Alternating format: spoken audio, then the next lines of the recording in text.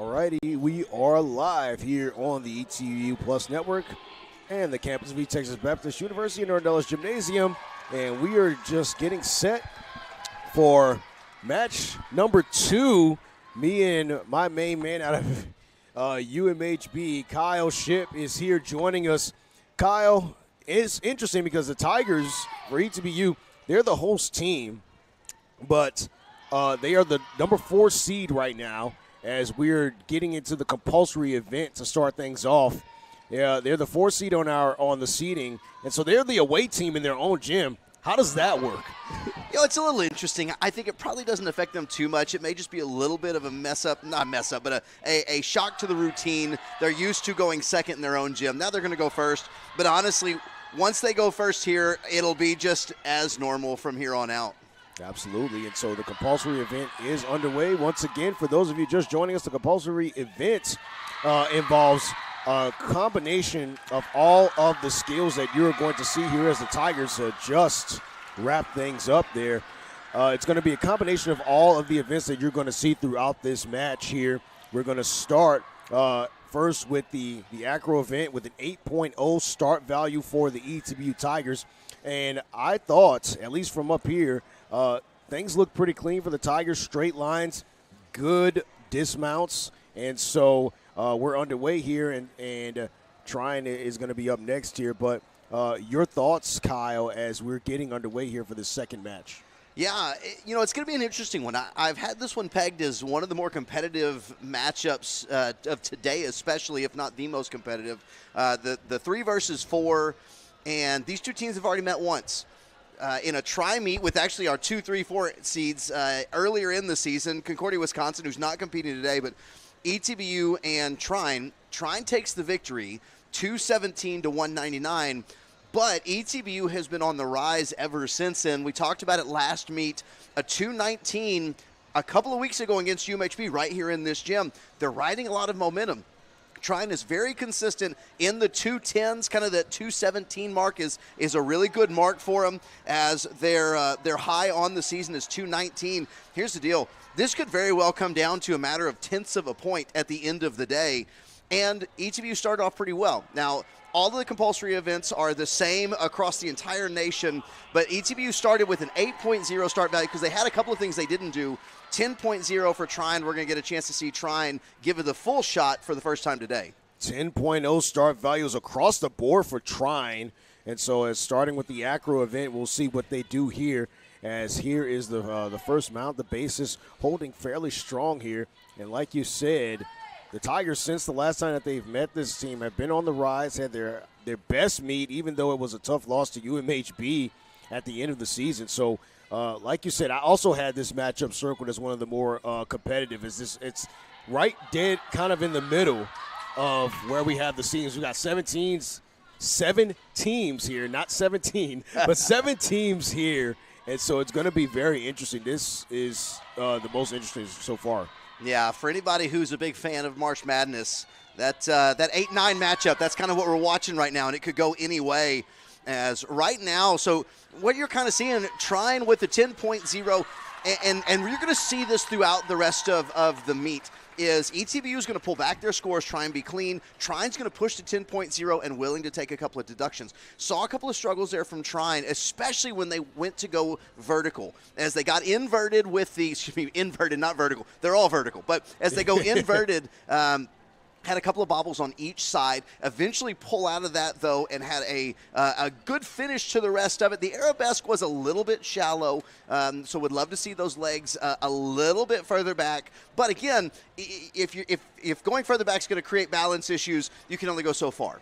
And so we'll see kind of how it's amazing that we talked about it earlier today. So for anyone that was watching the Stevenson versus Calvin matchup, you kind of heard it, but it's amazing that in the very first element, we get a chance to see exactly what we're talking about. Is ETBU is going to try to be clean, Trine is going to try and push the pace, and we're just going to see where it goes from there. Yeah, absolutely. So you definitely talked about it there and pegged it right. As you look across the board. 10.0 for all 4 of these in the compulsory, the acro 10, pyramid, toss, tumbling, everything at a high 10. And so far, again, we saw a pretty clean overall toss here from Trine. From ETBU, like you said, lower start values, but not that much lower. As we head into the pyramid, they're pegged at a 10 right now. Yeah, and so that's the deal is now we're going to see ETBU complete the full setup of the pyramid as well as the toss. They'll get dinged a little bit on the tumbling, but this is where ETBU is going to shine. In Ashton Davis-Lavelli's first time around at ETBU, the biggest achievement that they've had as a university team to this point is the national champion in the event finals in the pyramids. And this is where Ashton really excels in her coaching, so I'm excited to see this. Again, for those of you watching, both teams are going to compete the exact same pyramid. It's going to be a synchronized thigh stand straddle pyramid. So you're going to have two bases on the floor, a middle base. Those two bases with their foot together, the middle base is going to step up, going to stand on the thighs of those bottom bases. They're going to try and hold real stable, and then we're going to get a straddle at the top. As you can see, fully extended, engaging the lats in those middle bases, and really nice on the straddles. Nice high toes, straddle. Wide, especially on the left for the Tigers, and a great drop off.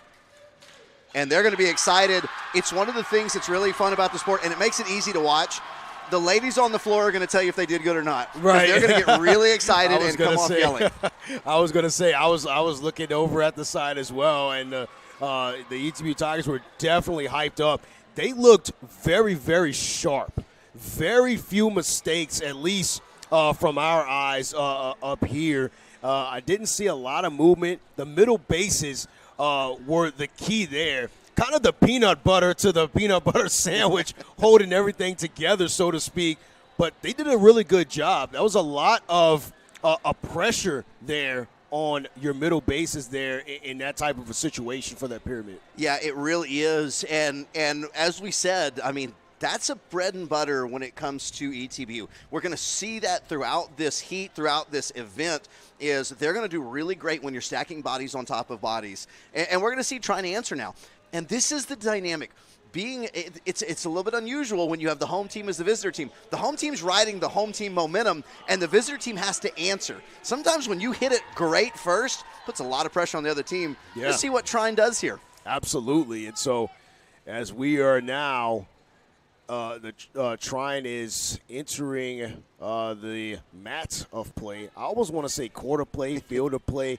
Used to my football, baseball, Absolutely. Basketball background, but Trine has taken to the mat here. And, again, a 10.0 start value for them. And so let's see how they do on this mound here. You got Juliana Porco and Lauren Hillen are your middle bases. And, boy, they look solid as well. A little bit off on the synchronization. The catch was a little funky. It was a little shallow on the left and a little deep on the right. So the pyramid itself, I think, matched ETBU's. The dismount a little bit different, though. Yeah, the dismount was kind of the key there if you want to start to kind of really nitpick and look at differences, which good thing that's their job and not ours, because that'll be very, very hard. Again, they matched ETBU in terms of building the pyramid and the mounting part of things. The dismount is where you may see a little bit of points taken off. You know, and they were working on that really hard earlier. And so I think Trine may be a little bit disappointed in that. Before the meet, I was down kind of observing on the floor and saw them as they were working on it. They were working on that specific group. Well, I say that with each of them had a little bit of an issue, but they were working specifically on the group on the left, and they were trying to really hone in that catch. Didn't quite get that, and I think it might only be accentuated by the fact that ETBU's look so good. I think that's one of those things that sometimes from the observing perspective, especially in acro and tumbling, when you have two people doing the exact same thing, and that's why the compulsory is so great, doing the exact same thing, you can – you kind of within yourself become an expert for the second one. And so we look at that and go, oh, but, if they would have done that first, they probably would have set a pretty good standard. Which, I mean, it's easy for us to say. I mean, we're way up here. That's right. That's right. Over in the crow's nest, kind of looking down. So very easy for us to say for sure. But, yeah, you're right. I mean, the more you get acquainted with the sport, the more you get accustomed to, what the judges are looking for, what makes a good a good toss, things of that nature, more of the technical side of things. And so we'll continue to see how these teams do from the technical aspect from here on out. Because at least for me, watching here, getting a little bit more acquainted with what the judges are even looking for as ETBU has taken the mat here. Yeah, so now into the toss, so synchronized toss from each team. So 4 bases and 1 top. I believe it's going to be Chesney Speaker and Kylie Pittman are your tops, as I'm completely incorrect. Oh, no, Kylie Pittner and Trinity Heath, actually. And so they're going to go with the back tuck and a really good synchronization on the back tuck, up and down the same. So difficult when you have athletes that even if they have the exact same body shape, they're not going to have the same weight. They're not going to have the same weight distribution. And so to have a team that you can go up, down with a back tuck in the middle is pretty impressive and really good to see to start off this competition. Yeah, very, very good to see. And right now, I got to tell you, Kyle, from the start of the season, which ETBU, again, was able to still come away with the win, but from that very first meet to now, they look very sharp. I mean, they look like they have a very polished team now. They've gotten some serious competition under their belt throughout the season. So they look really, really good right now. They do. I got a chance to see them in the second week of the year. So after that TLU meet that they had here at home, they came to Belton, and I got a chance to watch them, and it looks like a completely new team. Saw some promising elements from them in Belton, but they're such a young team. I mean, some of the top ladies we're going to be talking about are going to be freshmen. And so that growth throughout the season and that progress is really huge to see from ETBU and Trine. There comes a point too where you have to be able to maybe put that out of your head, because that's going to be a lot of pressure as you kind of feel this. You're the favorite. You're the one that came in as the 3 seed. You're the one that's already won by 20 points in a match. You kind of start to feel that. And are you going to answer with composure, with calmness, or are you going to allow that pressure to start to sink in a little bit? Yeah, that's definitely a key, and that's where kind of something that you alluded to earlier is where your seniors kind of come in and kind of able to settle things down, get your team back on track, and able to really kind of have that calming influence as ETBU has actually quite a few seniors for a team that is still relatively young in terms of the rest of the teams that will be competing in the NCAA ranks. They have quite a few seniors that's trying to take it to the mat once again. Let's see how they respond. As it looks like your tops are going to be number 3, Lily Boyd, and Ella Bueller, number 8. So once again, a full contingent of ladies on the floor. Judges looking for height as well. So a lot of height on that one. And not only height, but I think the synchronization was even better for Trine than it was for ETBU. As good as ETBU's was, but the height does something. The height gives it that more visually appealing element and allows everything to kind of unfold at the time that it's supposed to. So I really think that Trine maybe pulled that one off, answered when what we were talking about earlier is, are you going to be able to answer a punch with a punch? Yeah, absolutely. And so far, they've been able to do just that. Like you said, that's actually another element that those of us who are new to the sport have to kind of watch out for is the height on the tosses and things like that, because it makes it that much more difficult to be able to time the catch and time everything else together. The more time you're spending in the air, that's more time that you need to make sure that the synchronization is even tighter. Yeah, absolutely. One of the things you were speaking of earlier, and I wanted to bring this up, you talked about seniors and in having to answer back. Trine is going to get senior Courtney Welsh back. She's a base and a tumbler. She's missed this entire season with a concussion, and she's going to be a big impact. Are they going to be able to roll her out and have the type of impact to keep their scores up? As we move into the tumbling portion of the compulsory event, they're going to start off with a back tuck. Only 4 ladies on the floor for ETBU, so they're going to start off with a deduction already. Then they're going to the toe touch back tuck. So they're just going to go straight up into the back tuck. So they're going to remove the toe touch so they can execute the back tuck well. Back handspring, back tuck. So they just go with the back handspring. And the way this is designed is it is a round off back handspring back layout. We'll see if ETBU completes the full back layout. back handspring, and so they go into the back tuck. So we see here ETBU starts off with 8.0, not just because they have fewer athletes, but also because of some of the skills that they chose to omit in the middle there. And I don't want to hammer this into oblivion, but again, they choose to pull back and do it well, avoid some of the falls, avoid some of the major deductions that way, and just try and keep the momentum going with a good team on the floor. And once again, it's one of those kind of give and take that happens within the course of an acro meet that a lot of people don't really think about. The coaches are doing a lot of game planning, a lot of really playing chess, like we said earlier, when it comes to things like this. What are you willing to kind of give up throughout the meets and focus on, cleaner execution, tighter rotations, better synchronization, things like that, as opposed to the big numbers. So, we'll see how Trine answers here. A team, once again, with 10s across the board. So, so far, I believe that they've answered fairly well. But it'll be very interesting to see. I kind of want to get into the head of the judges right now, Kyle, because this is tight right now.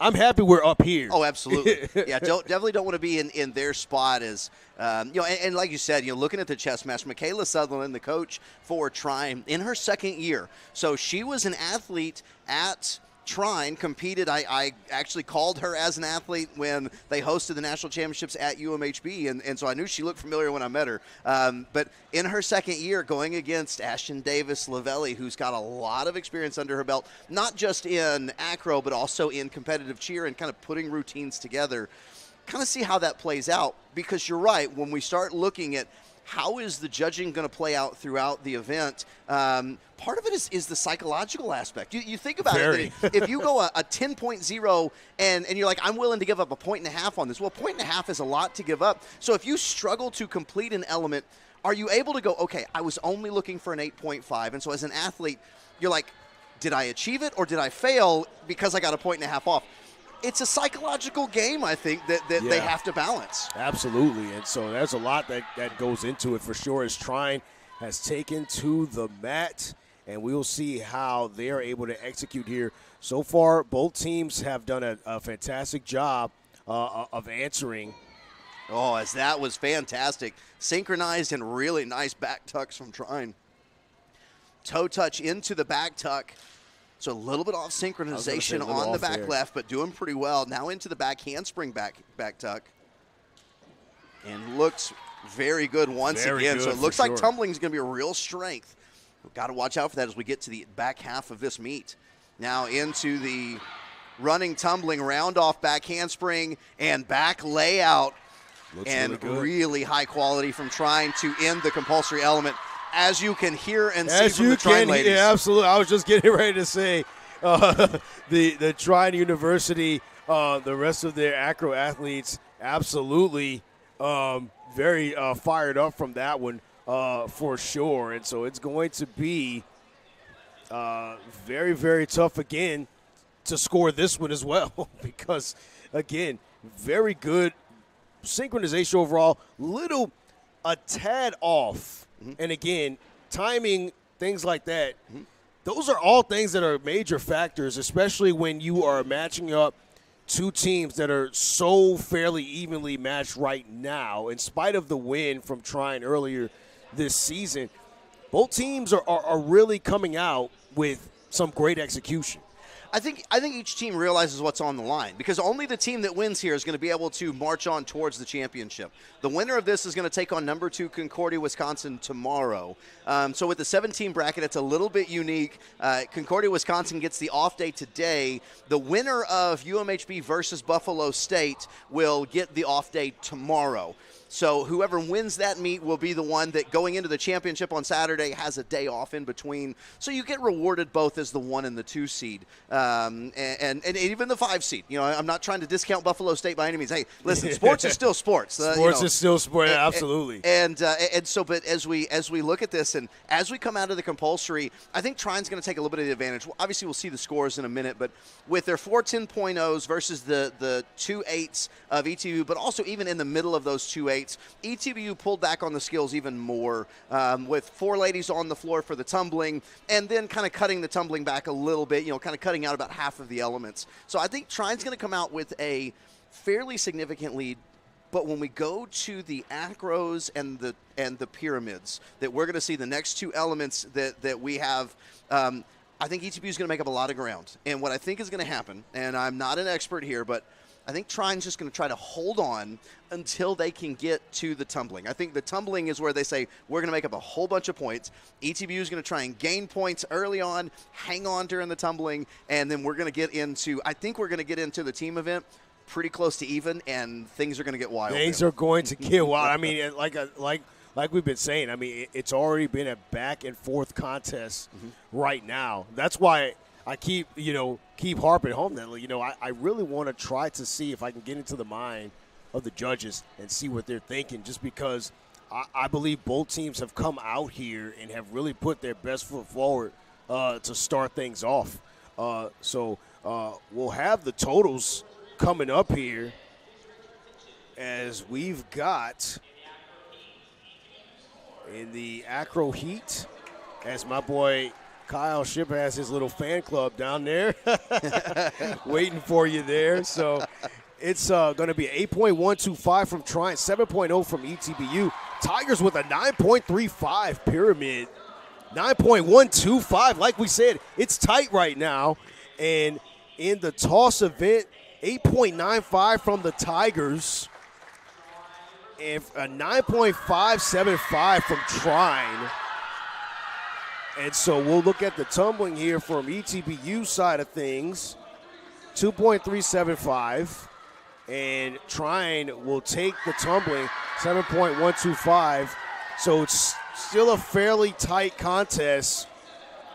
27.675 for ETBU, and for Trine, 33.95. So a little bit more of a gap than I even thought. I thought it was going to be like a 1 or 2 point difference, but still a lot of time to make up. Well, and I think so. And I think when you look back at it, just because Trine completed all of the elements and had a full contingent on the floor for all of that, I think that's about where I was expecting. I think the 2.375 was lower than I thought it was going to be, but when you look at, they had only had half of the ladies on the floor. I think it kind of makes more sense in my head. It does, yeah. And I think, again, we did it in the first one. We're like, oh, boy, this is certainly going to be this. And then we see what the judges say. We go, oh, that makes actually sense. Right, and exactly. So, yeah, as we're going to start, so we got in the acro now, so 5, 6, and 7 element acros, and ETBU is going to start off first. They're going to start with a 9.35 in the 5 element, as they're going to go with they're going to go back layout, back tuck. They're going to go back layout out. Boy, that's a tough skill. That's a tough one. That's a really nice job now into this rear mount. And, boy, can she get that right arm straight? And she does a great job and then gets the lats locked in, goes with the straddle into the inversion. Great hold by Collender for sure. They're going to go unsupported. Boy, really working, but you can see the hips moving back and forth. That base is doing a really good job, as your base was Reagan Brown. Brown, again, just a freshman, was working very hard, trying to avoid too much movement with the hands and the feet, using the hips. I think she did a good job. Yeah, she did an excellent job. And Kennedy Collender, another freshman, was someone else that I was kind of looking at there. Good job of really holding on that inverted pyramid there and able to come down there and kind of finish things off. So solid job so far. A little bit of wobbling here and there, not a ton of movement, but a good strong start from ETBU nonetheless, I would say. Well, yeah, and a real good strong start. And to talk about strong, Kennedy Colander, when she goes up and she couldn't get that right arm extended at first, she finally gets the right arm extended, and the moment she got that right arm extended, she was rock solid from that point on. She gets the lats engaged, those hands get close right up above her head, and from that point there wasn't a lot of movement.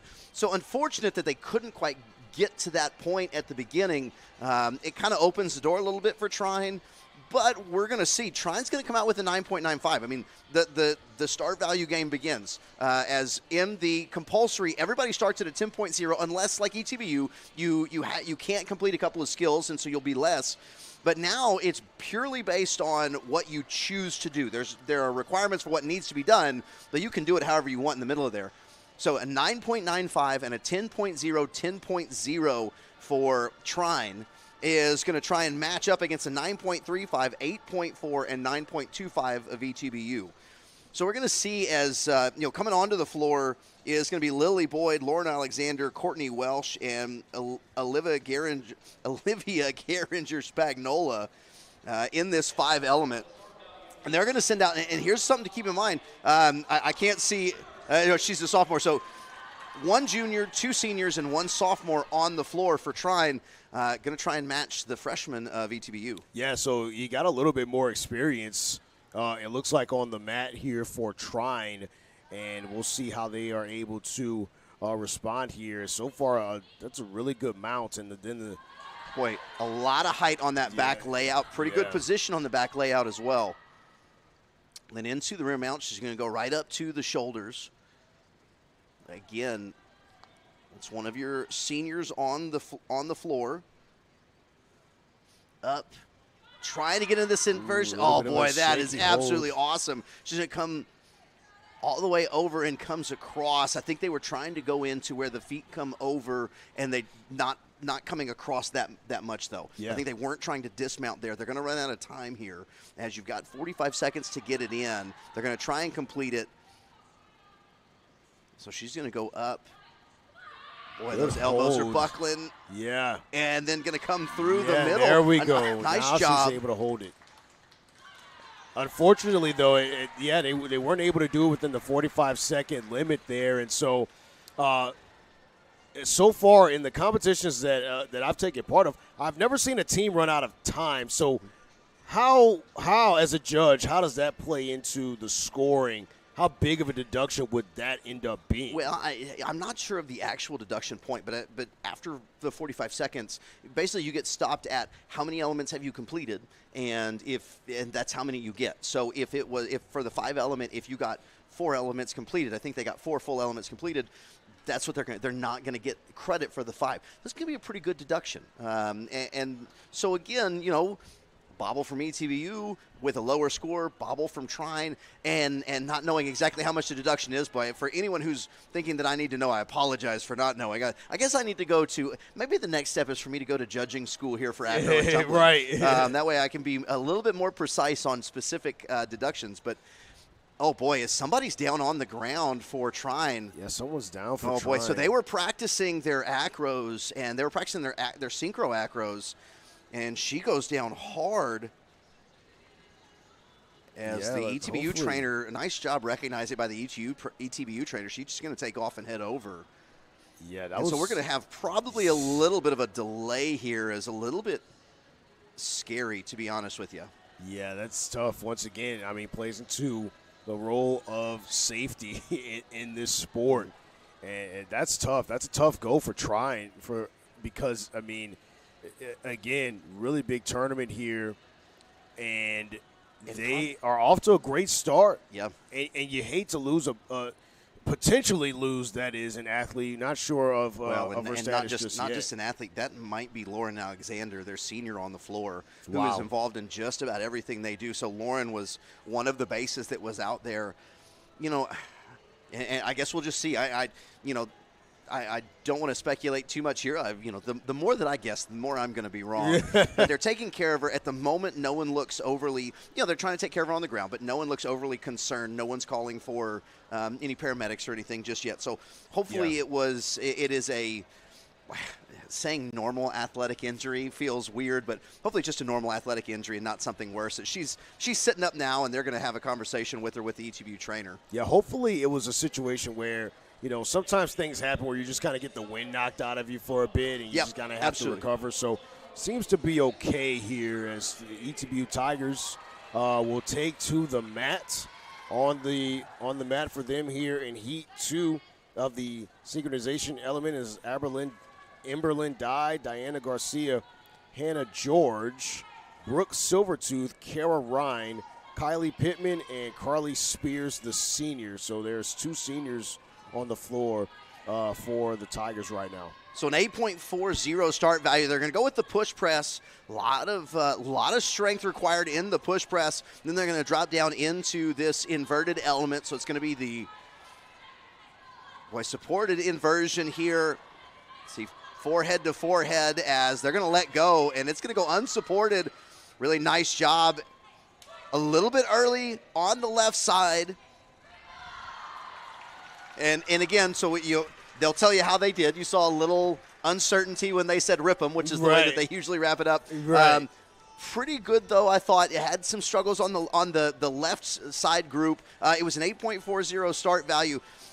The push press, though, is always interesting to me. I think we see it so often in acro and tumbling. I always try and make sure that people at home realize how difficult it is with that level of strength. And let's not even say that it has to be your weight, which is very close to these ladies, lifting someone who's basically their size up. If you take a 45-pound barbell, stand it on its end, and I want you to hold it at the very end. And then what I want you to do is I want you to take that and just press it up above your head. But you got to keep it straight up in the air. You can't drop it while pressing it up to get it extended above your head. That's basically what they're doing, and I think that shows how difficult of a skill that actually is that these ladies make look really easy. Yeah, absolutely, and that's the difference of a dead weight and body weight. And so about a 45-pound bar of dead weight is going to feel like it's about 100 pounds. That's right. Especially when you've got to hold it up above your head. And like you said, can't wobble, can't start leaning or lowering it in any kind of way. So definitely going to be key here, as it looks like the senior that looks like everybody's up and doing okay. Yeah. So they're going to get because and honestly, it looks like she's ready for the sixth element. Yeah. As Trine going to be taking on the sixth element next, and they didn't have a lot of time to kind of prepare it. They've obviously practiced it all year long, but obviously having to take care of one of their athletes, they didn't get a lot of time to warm this up, practice it as they're about to go out. Each team has their own practice mat that they get a chance to practice whatever they want, whenever they want on that mat. And so with this sixth element, again, synchro and Lily Boyd, Lauren Alexander on the floor, Scotland Gayhart and Elena Rassler in one group. The second group is going to be Olivia Hardup, Juliana Porco, Jocelyn Rushton, Emma Wilkie, and your counter, Olivia Geringer-Spagnola. So six elements and a synchro from Trine. And a 10.0. So going to be interesting. We saw the 8.4 from ETBU. Want to see what Trine's going to pull out with a 10.0. Is not even UMHB is going to complete a 10.0 sync later on, and UMHB's scoring average is much higher than Trine's. Yeah, and it's very difficult to execute this particular toss here, just because again, timing is everything. The synchronization is, again, just as we say it there. Slippage on the right side, so very, very tough here. They're going to try to do it again, I believe. And I think that may not be the same thing. I think they're going to move into their final element here, going to be the back layout, so they'll complete the back layout. As the half round is what got them, and the half round is a more difficult element than you think. They're going to go straight into this inversion, trying to get her up on the right side, as they're not going to be able to get all the way through. So we see one bobble from each group. Was the difference? Is most likely going to be the difference there. Big stumble there from Trine over on the right side, not able to get themselves back into the groove, into the rhythm. And like you said, it's as much of a mental game as it is a physical game, because when you see a slip up like that or things like that, that could start to kind of seep into your head when you're trying to complete the next element, and it could end up being a big issue going forward. So that's going to be something that I'm going to be kind of keeping my eyes on here for the rest of the meet. Yeah, acro is just like every other sport. It's as much about recovering from failure as it is about success. Can you put out of your mind the fact that you just bobbled that, or you just missed an entire element, and move back into the next element? In a synchro, it's tough because you're used to having everything happen together at one time, and then as you're moving through this, you're focused on your group, but you are aware that the other group had a bobble.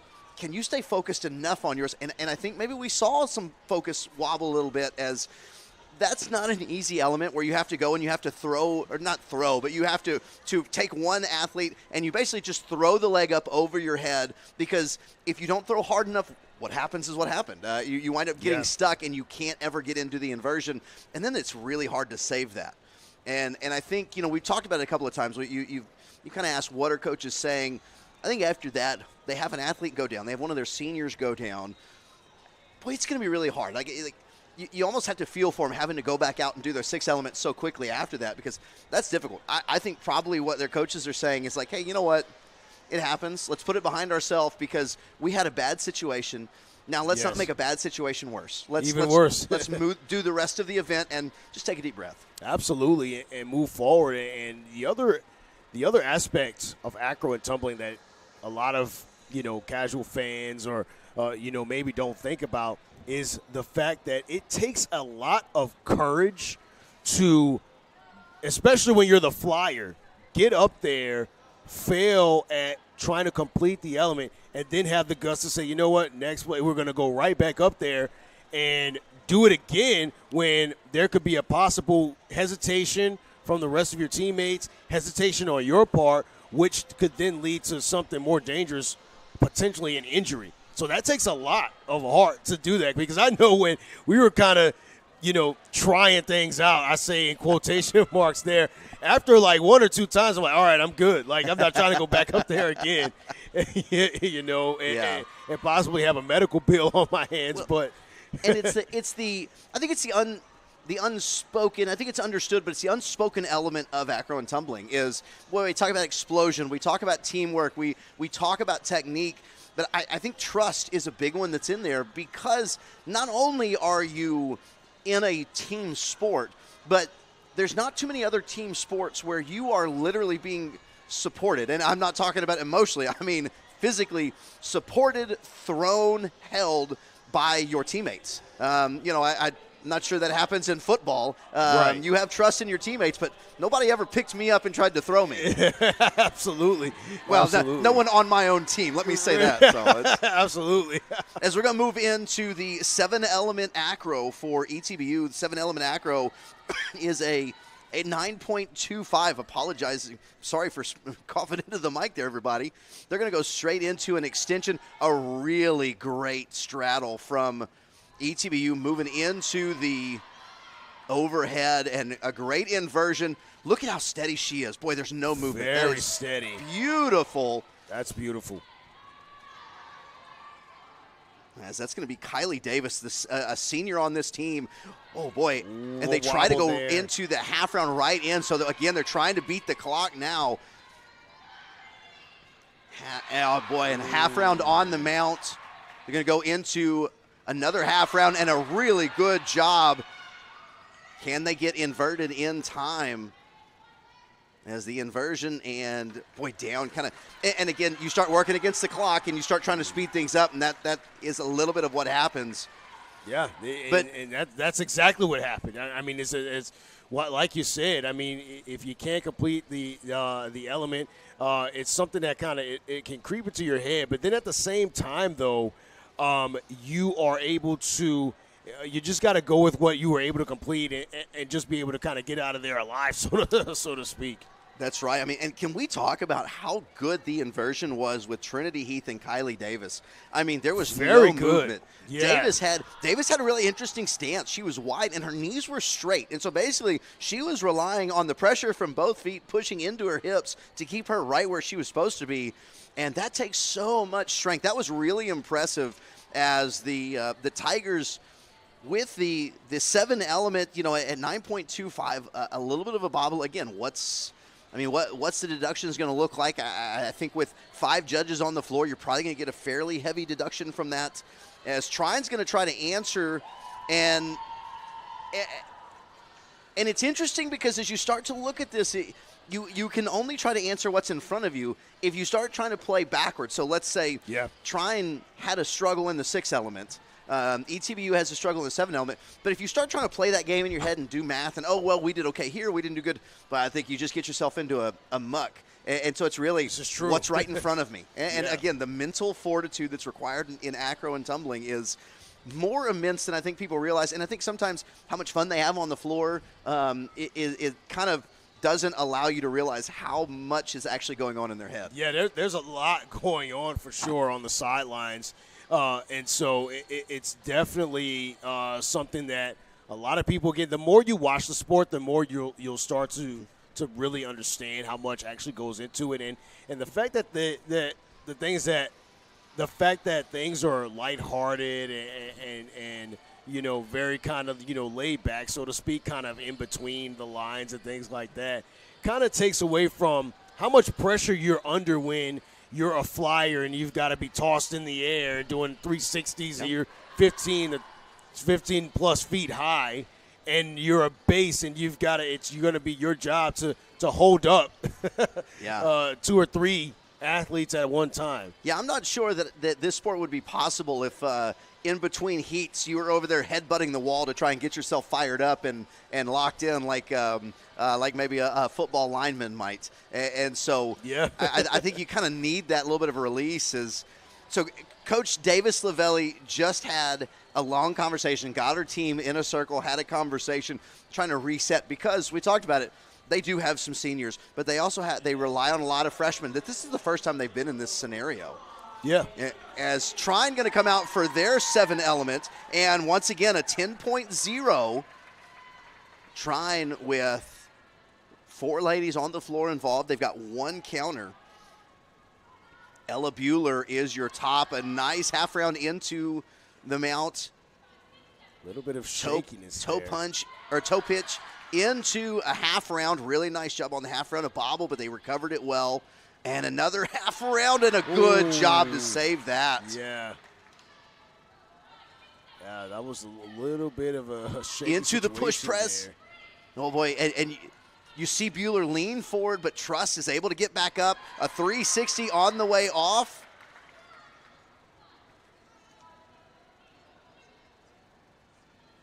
Again, Bueller, just a freshman, one of the absolutely freshman standouts. And this is one of the things I noticed from Bueller yesterday in practice is her straddles are fantastic. Then they're going to go into this inversion. And it's a supported inversion and down. And you can see how excited they are. So, again, and I think this is what we talked about, how excited they are, and they completed that whole element. They started with a 10.0. I think their expectation there was, we're not trying to get a 10.0 score. We're trying to get a 9.0, and we're going to throw the best that we got out there. That's what they did, and that's a huge momentum boost that they just had. Yeah, it absolutely is. And the thing about it is that a lot of people may or may not be aware of is the fact that when you take Trine's strategy and you have all of your start values at a 10, what you're hoping for is that, whereas if you have an ETBU on the other side who maybe have an 8.5 or an 8.8 or a 9.0, is the fact that when all is said and done and you start to tally up the scores, you're going to be either right neck and neck with them because your start value is a 10. You may get a 7.5. Their start value is an 8.5 and 8.8. They may get like a 7 or a 6.8 or something like that. That puts you ahead of the game. It's what they're hoping to do here. Absolutely is. Something I've actually never seen before is Trine leaves the floor. I was just getting ready to say, I don't think it's halftime. It's not halftime, but they leave the floor. And here's the deal is, the way that the gym here at ETBU is set up, there are speakers that are right under the main scoreboard pointing down. And so if you're on the floor and you're trying to have maybe a serious conversation, there was an explainer video going on about what was coming up next. Maybe they were just trying to get away from all of the sound and have a real serious conversation. Absolutely. But that's a first. The team just leaves the floor. I'm assuming they know that it's not halftime. Yeah, I would assume so as well. But we're going to take a quick little break here, and we'll be back on the ETBU Plus Network for match number 2, Tigers and Thunder. The ETBU squad and Trine versus squad here in match 2 right now. The pyramid will be the final event in the first half. In the pyramid event, athletes will build 3 layers in a structure. The start value of each heat is determined by the difficulty and the combination of the entry, structure, and dismount. The pyramid event has 3 different heats with different requirements for each heat. Heat 1 must be an inversion, Heat 2 must be synchronized, and Heat 3 is an open heat. Two key things the officials will be looking out for are the position of the top and the stability of the structure.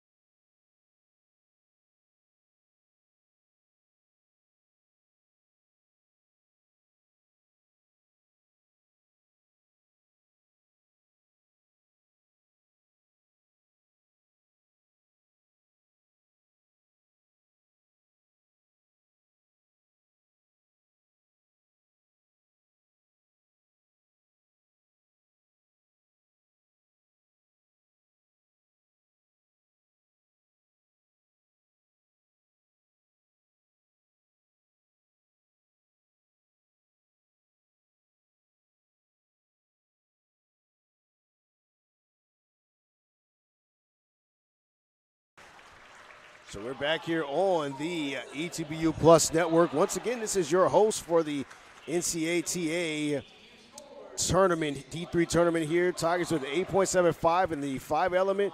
Trine with 7.75, 6.325 in the 6 element. Trine with a 4.4.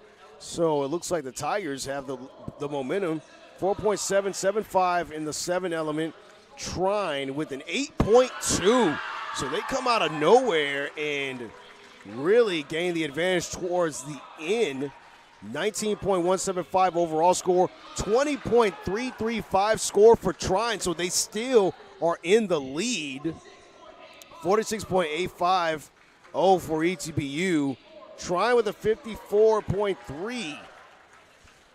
So ETBU, it looked like, had the majority of the momentum throughout.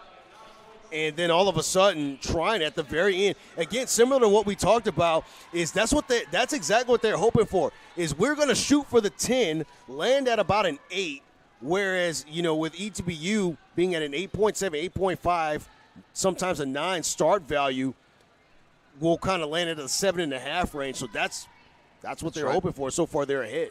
And ETBU now with some of their higher start values, a 9.7 here in the inversion pyramid.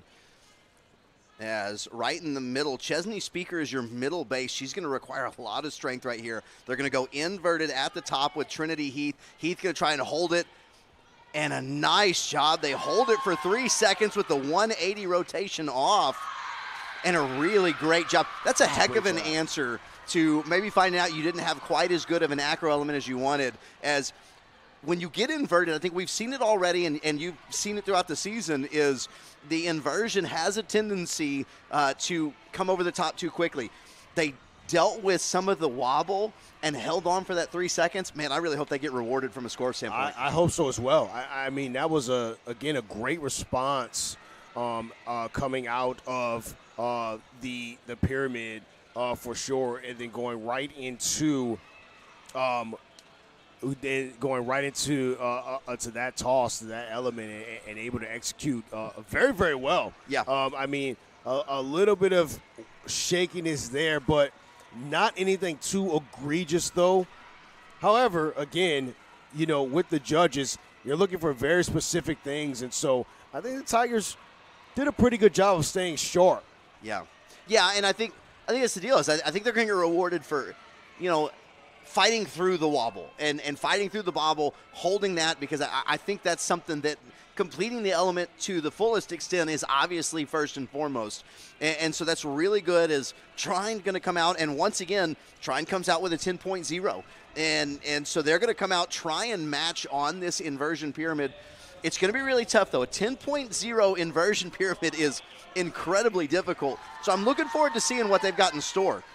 Yeah, absolutely. Trine will take to the mat right now with, again, a start value of a 10.0 pyramid, like you just said. And so they're going to have a back bend as the bottom base. So there's only going to be 3 ladies involved in this pyramid. As Lily Boyd is going to be your top, Juliana Porco is your middle base. And they're going to have to get inverted, so they're going to get set and watch at the base. Watch the hip. She's having to fight it the whole way. Her body wants to give at the hips, and she's having to push through those glutes, trying to get into the inversion. Oh, nice job and coming off quickly. Yeah. And she's, oh no, her knee's hurting. Boy, she's holding that knee. I bet. Oh, she's shaking that head. That's never a good sign. The way that she came off as Juliana Porco, a junior, and boy, anytime your middle base comes down and is holding her knee and getting carried off, we're in not a great scenario. And part of the problem is she came off awkwardly. I think because it took a little bit to get into the inversion, and then it came over kind of quickly as she was coming over with the twist coming off. Her body weight was pushing her one way. She's not standing on the floor. She's standing on another human. Right. And I just think that honestly losing her balance. So when she comes off, it was the inside knee that wound up kind of buckling. And I wonder if maybe she stepped down on the inside knee first and with all of her weight going the other direction. Boy, I really hope that she's okay. She's still down on the ground. They're checking on her now. As we're seeing here, I mean, this is the second time one of the Thunder for Trine is down, and we are seeing just how hard acrobatics and tumbling can be on the body. as again, when she was trying that kind of, inverted handstand type of a base on the pyramid, I was a little bit concerned because last time we had, I believe it was Calvin University that tried that in the last match, and it ended up being a really tough go. We had a tough fall from one of their athletes, and so then here we go with Trine now, who wanted to try and execute that same thing as well. Hopefully not too serious of an injury. Hopefully she's able to continue to compete here, because otherwise that would be a very tough loss. Yeah, and one of the people that some of the athletes were tending to, so not from a medical standpoint, but was sitting on the floor, was number 35, Madeline Grafton. And so I didn't catch it. Madeline was listed on the floor in that pyramid. I'm wondering if she was the bottom base that was doing the back bend, and just checking on her to make sure she's okay, because anytime someone, I think she's kind of massaging her thighs a little bit. That's exactly where our middle base Porco, that's exactly where her feet would have been as she's kind of rubbing. So I'm wondering if as she came off, you start falling, you start going, your shoes are going to grab, and that's not going to feel very good for her. Obviously, I think Porco caught the worst of it, but yeah, she did, and that's a lot of athletes that you have to account for. Yep, it really coming is. on that you're carrying on your hips, and so hopefully, definitely checking on her as well. Hopefully, she's okay, and I'll say this, and I just right now it appears, so just so everyone at least feels better, that way it's not a physical thing. It appears that Grafton she's just upset. I think maybe Grafton kind of taking it hard that maybe she feels responsible for somebody falling, and so it looks like they're still tending to the injured athlete, but the Tigers are going to take the floor for their synchronized pyramid, and the Tigers get started off. Their pyramid is going to be a 9.60, so they've got two setups. It's going to have a couple of thigh stand pyramids, and we're going to get some support behind. So we actually have 4 sets of thigh stand pyramids right now. Man. Good mount, though, there, especially on the left side. Let's see if they can hold here. So trying to stay steady at the bottom. They're going to go into what I believe is a push press. They go a full extension. Beautiful. Finally get full extension on the left side, and then they're going to drop down into the 180. And a really nice job on the synchronized pyramid from the Tigers, as your middle base is number 7, Chesney Speaker, as well as, I tried to make sure I didn't lose her number. Was that number 25, Hannah George, Possibly. I believe so. I think it was. I think it may have been number 25. And so really good from the two middle bases as they go into it was 25 as they go into the full extension. And again, we've talked about that you're going to wind up having some issues if you get too much of a wobble from the bases. Here's the deal.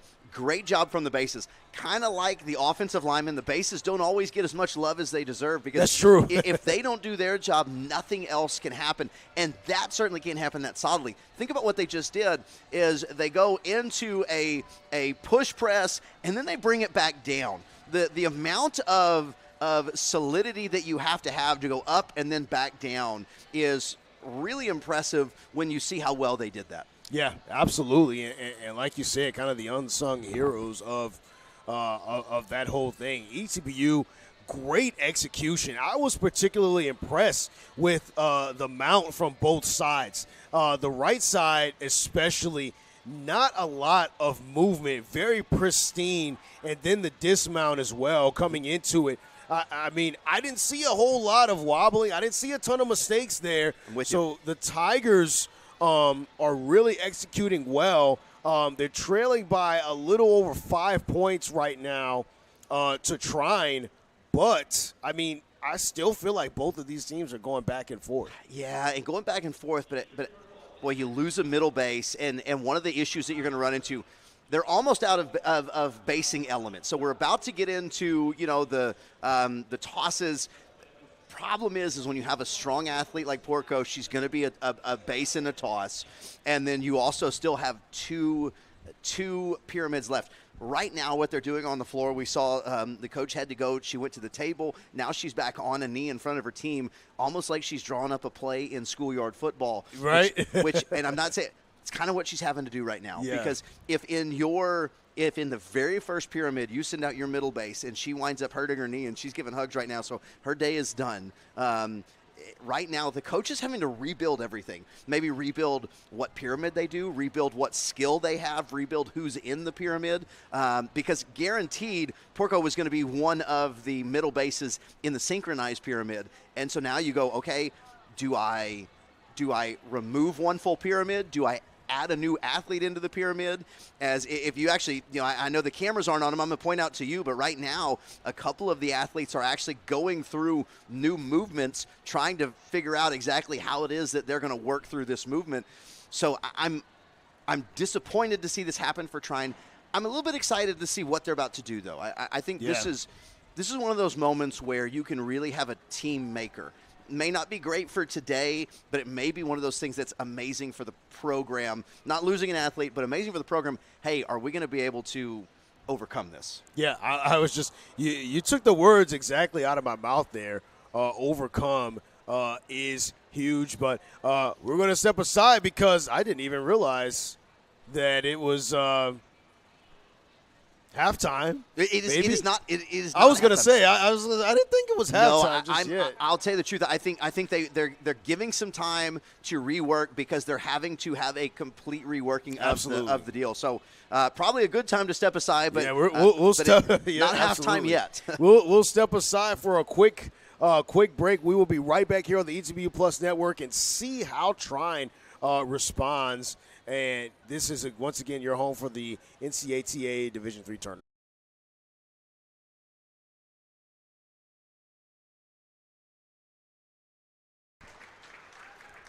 All righty, Kyle. So we're back here. A little bit of a impromptu mini halftime, I guess. So gave us a chance to kind of catch our breath here as Trine is back on the mat. So we'll see how they're able to respond here after their junior Porco went down. So we'll see how they respond. Yeah, as they're having to make an immediate change. She was supposed to be in this event, and I bet she was going to be one of the middle bases. So they're going to go with a couple of middle bases and a little bit of a wobble on the right side, but doing a good job, going to get into this straddle. Bueller with one of the best straddles in the nation. Goodness gracious, that's really nice. Looks really good. And a really nice job as they're going to wrap that up. And a good job and it looks like so it looks like the new person, they are really celebrating with Lauren Alexander. Looks like Lauren Alexander was who stepped in. She comes off, they come running over to her, and that's pretty amazing. And why not? You know, when you need it, put your stud senior in there and let her do her thing. Yeah, absolutely. And the thing about it is what a response from Trine, because that had all the recipe to be a disaster for them in terms of trying to execute the element. But they did a great job. Everybody got into positions. They were able to mount their flyers very, very well, dismount well, and everything looked pretty sharp. You wouldn't have known that they just lost one of their most important bases. That's what I was going to say. Like they're honestly the only one that had a little bit of trouble was the one on the right side, which appeared to be the same, but they got it all cleaned up and figured out. Yeah. In kind of one of those heartwarming type thoughts. Whenever they finished, a couple of ladies ran immediately over to Grafton, who was pretty upset. I think she blamed herself a little bit on the tumble earlier. They ran over to Grafton, gave her a big hug. She was excited, and so I think it was good. And now Grafton heads over, and now they're practicing a very impressive looking open pyramid that I'm excited for you guys to see, because if that's the open pyramid that they do, that's going to be a heck of a pyramid. That's going to be something that is definitely hard to top and hard to respond to. Of course, the Tigers will be going first here, but it's difficult when you've had your entire season planned for a particular base, a particular rotation, to all of a sudden on the fly in the Division III tournament, no less, to have to plan on the fly and kind of retool things. So an open pyramid here from ETBU at 9.5. Your middle base is Maddie Lozano, and Kate Cozart is going to be your top. She's going to go into a straddle, and then a 360 off, and a really nice job. Good landing. As you can hear, they're excited about that. A really solid base and pyramid from the Tigers. Yeah, absolutely. So great execution there. Great mount and then dismount, and then very clean finish on that landing. Very, very clean for the most part. We'll see what the judges kind of saw on that, but for the most part, a pretty solid go here in that pyramid. And probably something that is needs to be said. You know, Trine had a lot of action going. They had something to focus on during that 10 minutes. Here's what we're going to do. Here's what we're going to change. Here's what we're going to. ETBU just kind of had to hang out for a little bit. They for a while there was like a what's going on, what are we doing, and then when they figured it out, they just kind of had to keep moving. I think it's really important for ETBU to come out and kind of, even though we're about to go into another halftime, not right. another but actual halftime, yes. Kind of say, okay, let's get our mind back on what we're doing right here. Absolutely. So that's going to be something to definitely to watch here going forward here, as the ETBU Tigers just finished competing there in heat number 3 is a 9.50 on their pyramid. We'll see how Trine responds here just before we head into our regularly scheduled halftime, right. not the impromptu Regularly halftime. scheduled, yeah. Absolutely. So As Trine's going to throw out another 10.0, and again, they're going to go with the back bend bridge base, which raises the start value. It is obviously a more unstable base than the thigh stand. So once again, here's Grafton again, and Grafton going to get down. They're going to be facing us, give you a nice side view, because this is going to be a pyramid that you're going to want the side view of, as going up and right in the middle. I believe that's going to be Lauren Hillen. Ella Bueller, the freshman. Ella's going to come. Look at how high these toes are. That is such a good look from Bueller. That's a beautiful look. And then forward and straight down to the floor. Boy, that's a heck of a pyramid. That's a fantastic pyramid. Really quality from Trine. And good job by Grafton to kind of shake off, some of the doubts that she may have had after the injury. And so now Trine going in with a little bit of momentum here as we head to halftime.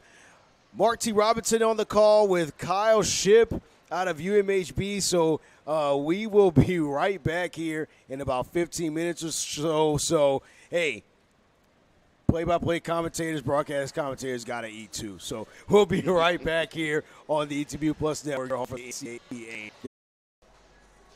Hey, welcome back for half number 2 of number 3 Trine versus number 4 ETBU as the stories continue to unfold with some injuries. But, boy, Trine really did a good job and have survived and thrived as, boy, it actually looks like we're going to get a couple more minutes on the halftime clock to allow Trine to make some adjustments after Portco's injury. She is on crutches with a knee brace on. Hey, here's the scores for you, though. Is 8.85 for ETBU, 8.40 in that very first pyramid. And a nice job from Trine to complete the pyramid despite having an injury and falling off in the middle.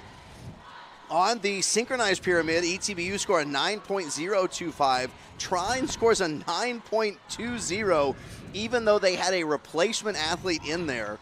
And in the open pyramid, ETBU with an 8.325 and a massive 9.575 from Trine.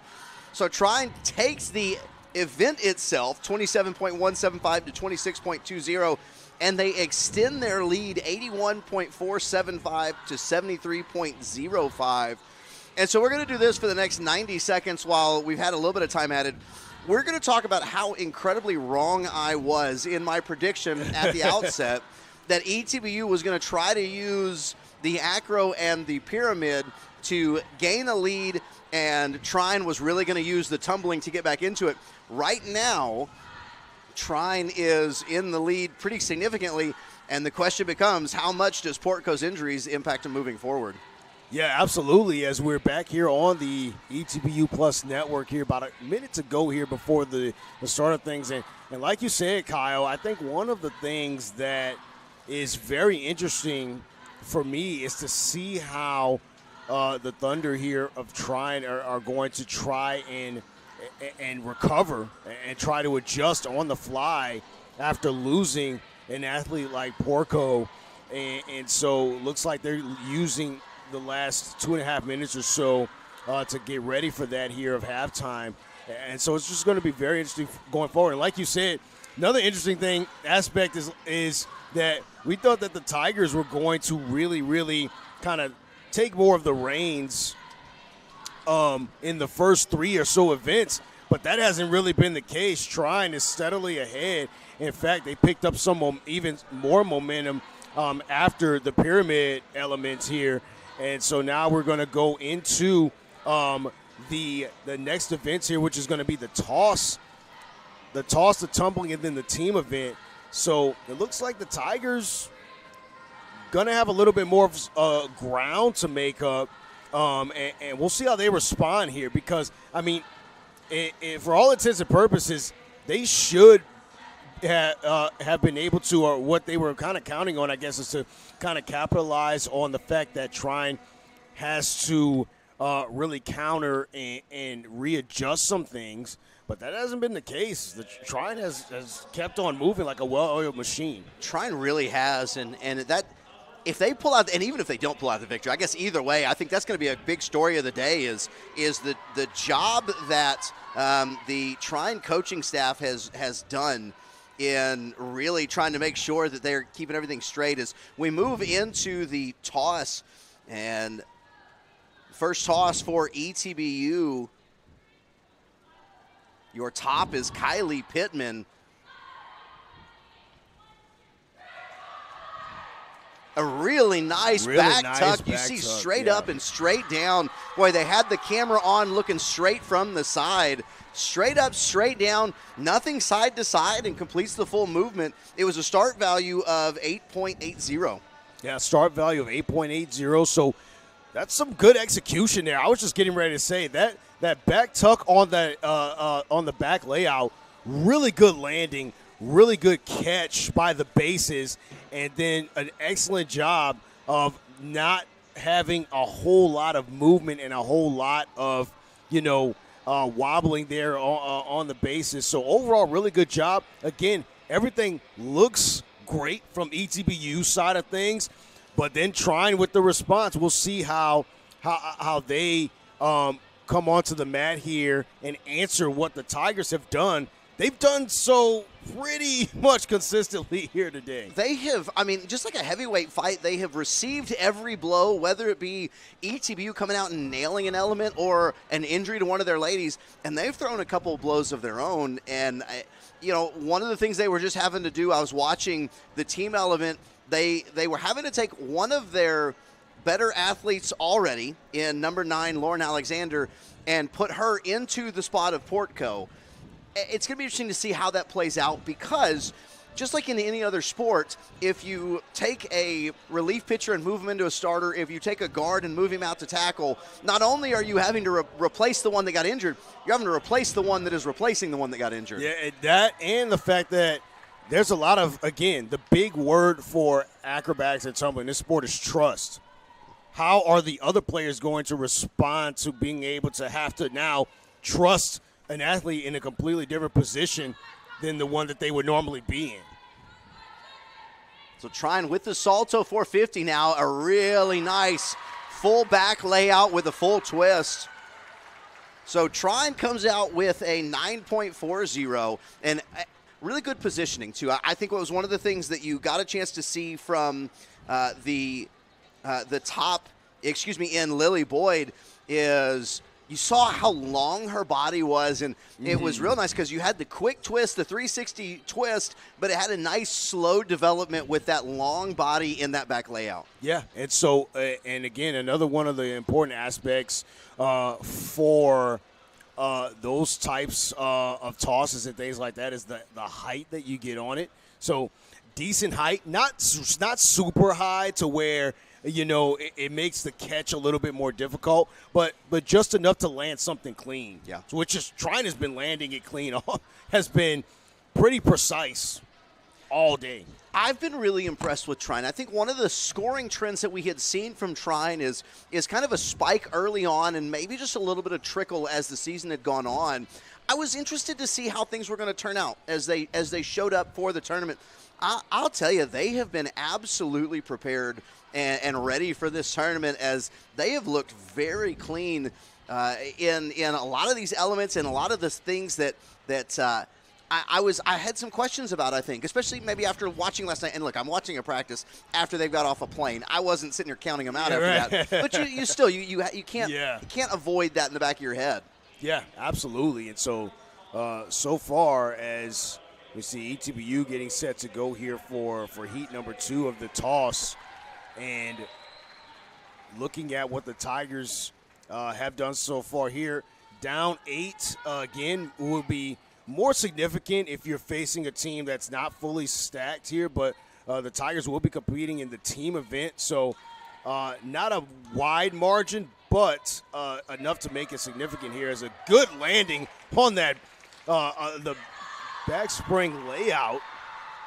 Good tuck as well. Yeah, really nice back tuck. So an 8.80. So we see it's the same toss that they did in the single. Now they do it in the synchronized double, and I don't think they lost anything in the synchronized double. It looked just as good as the first one. Obviously, they had the exact same group as came out for their first toss. They added a group, and synchronization was good. I thought execution was good. At 8.80, and they're going to milk that as far as they possibly can. Yeah, as far as they can for sure, as that was Kylie Pittman, Kylie Davis, Brooke Silvertooth, the senior, Davis and Silvertooth, both seniors, Kira Ryan, Audrey Locke, Trinity Heath, Chesney Speaker, Hannah George, Sosha Wayan, Amaria Thompson, and Kate Cozart to round things out for the ETBU Tigers in that heat number 2 of the synchronization toss there. And so we will again await the response from the Thunder of Trine University. And so it looks like they've got several of their athletes already lined up, getting ready to go, that is. And we're starting to see a little bit of the, I'm going to say degradation, not in a negative way, but the scores start to recede a little bit for Trine. Is now an 8.80 in the synchronized element. Very possibly maybe that same back tuck that we just saw ETBU complete, but an 8.80. And Porco was going to be on the floor for this. She will be replaced, obviously, and see if that has any impact. As Trine coming out for the synchronization pyramid. Bueller is going to be one of your tops, and I believe that that's going to be Lily Boyd is your other. Is they're going to get set up. I'm always very interested to see how the mounting process goes for each of these teams, and that was very clean so far on both sides of what I'm seeing here. And a beautiful job, really nice back tuck, and it was the same exact toss that ETBU did, but Trine just kind of did it better. Yeah, they did it better, and the difference was that they got a little more height on the backhand tuck there. And then the landing, of course, very clean, not a lot of movement from the bases. And so, as a result, Trine, I think they got a boost on that one. I think they did. And you are absolutely correct on that back tuck. They were so high, and the strength for Trine's bases is really showing up. It showed up, quite frankly, in the pyramids with how strong they were and the things they were able to do in the air. Now on these tosses, boy, they're really doing a great job as about to move into the open toss. And ETBU is going to up the start value with a 9.15. Trine's going to stay at an 8.80. So I know ETBU. That's interesting. Yeah, it is. I think it's the first time that we've seen ETBU with a higher start value than Trine. Yeah, absolutely. And so we'll see how that kind of plays out here. And just kind of looking ahead, not meaning to kind of jump the gun here, but it looks like tumbling wise, Trine at a 49.7 and ETBU at a 47.6. That's something I didn't realize. The kind of the close scores there or start values for that event, but again, not wanting to jump a gun. That's me kind of skipping the pages there. So Heath with a front layout and a full twist.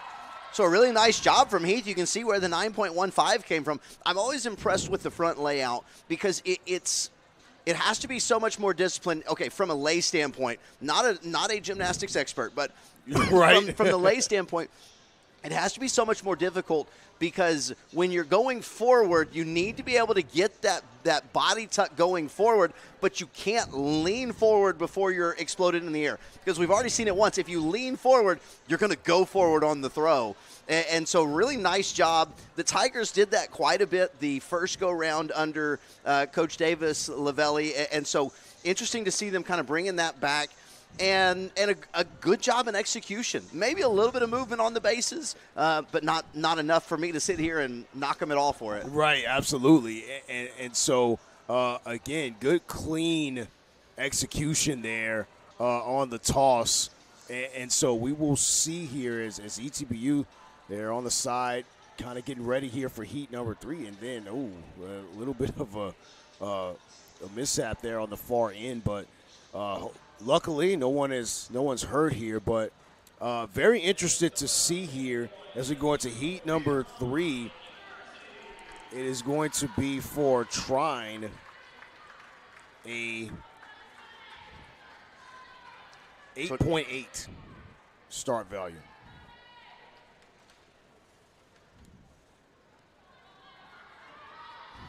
Ella Bueller on top once again. She's going to go with that back tuck. So just like we thought, and a nice job as she completes a great back tuck and really gets the sideline fired up. Yeah, for sure. And definitely great execution on that. Deciding to go with the little helmet there. So I'm not sure if there was some maybe precaution or so there. But so far, yeah, Trine has been very, very precise. As has ETBU, again, not taking anything away from the Tigers for sure, but we're going to take a little bit of a step aside here. We're going to show you guys the event that's coming up next. Is going to be our tumbling event. Exactly that here on next video. Stay tuned. The tumbling. This event has heats. The first tier synchronized group tumbling passes, a duo, trio, and quad tumbling pass.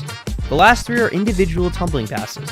The start value of each heat are determined by the difficulty and combination of skills in each heat. Officials will be looking for body position, continuity of skills, and technique in each skill.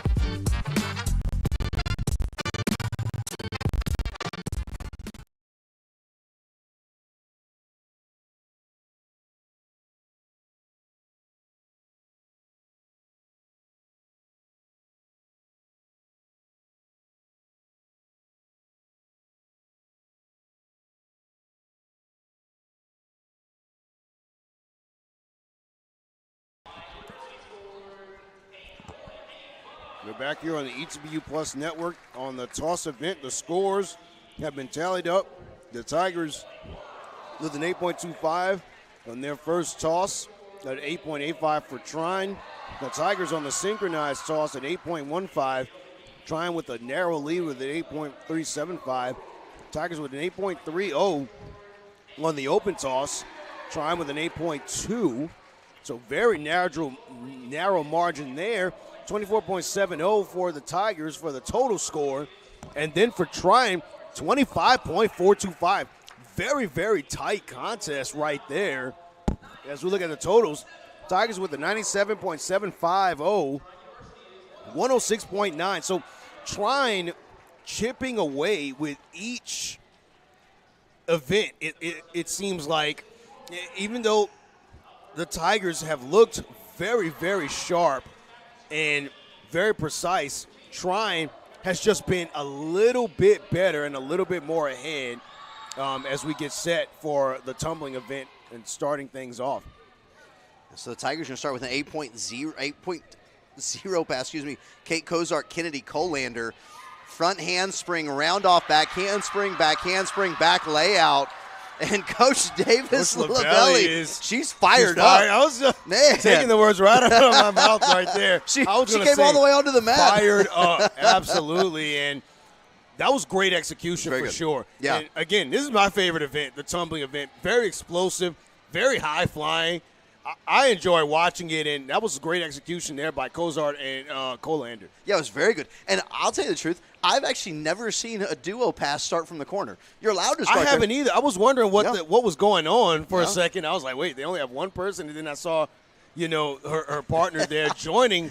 I was wondering the same thing. Yeah. But it was great execution by ETBU. It really was. And I always enjoy, I always enjoy the front handspring because it just looks different. I don't know. It is a unique element that gets things started off. As Trine going to answer, they've got a 7.25 on the duo tumbling. And again, I say again, I keep referring to a previous broadcast that we did earlier today. There may be a brand new audience listening. You cannot overlap athletes in the team element. So the duo, trio, and quad have to have all new athletes. If you do have duplicate athletes, you're going to get heavily deducted because they're not supposed to be on the floor. Yeah. And so it really becomes a game of strategy at this point. One, how deep are you? How far down the list can you get good elements from your ladies? But two, who are you going to put in what elements? As the duo now for Trine is going to be Olivia Hardup and Lily Boyd with a 7.25 start value. So let's see how they can execute this, which front handspring, round off, back handspring, back layout. Little early on some of the ending there. Yeah, the synchronization was a little bit off at the far side. Looked like, well, and excuse me, so they had to make a change. So it was, I think it was Olivia Hardup and Lexi Mission. So, because Lily Boyd was not on the floor, it was Lexi Mission, because they're having to make the change because in the quad, Juliana Porco was in the quad, and obviously she has had to be removed from the quad. Yeah, so absolutely. Changes. So let's give a lot of credit to Lexi Mission as she's trying to synchronize and do a pass that she hasn't been doing. She wasn't practicing. She wasn't ready for. I was going to say, this is another one of those things where you got to give Trine and all their athletes, Mission as well, a ton of credit as ETBU set to go here in their next heat the next element here in the tumbling trio. Kate Kozart will be competing again, and like you said, if you've got duplicate athletes competing at multiple times here doing the tumbling, it's going to be a deduction there. So then it's going to be Maddie Lozano and Eva Dickin, the sophomore, joining the freshman Kozart and the senior Lozano. So we'll see how they execute this as they look to approach the mat here. Yeah, and another 8.0. Wonder if it's going to be a similar pass that we saw from the first one. But the trio coming, and they're going to get deducted here. But what it does allow them to do is they're only going to have one overlap in the next. So in the quad, they'll have another overlap. So Dickin will go now. She'll also go in the quad.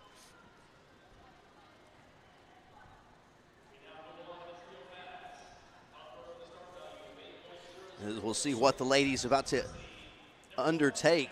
And the start value for the Tigers here in the duo, As or all- the trio rather, sitting at an 8.0. All ladies are going to step up right to the edge of the mat.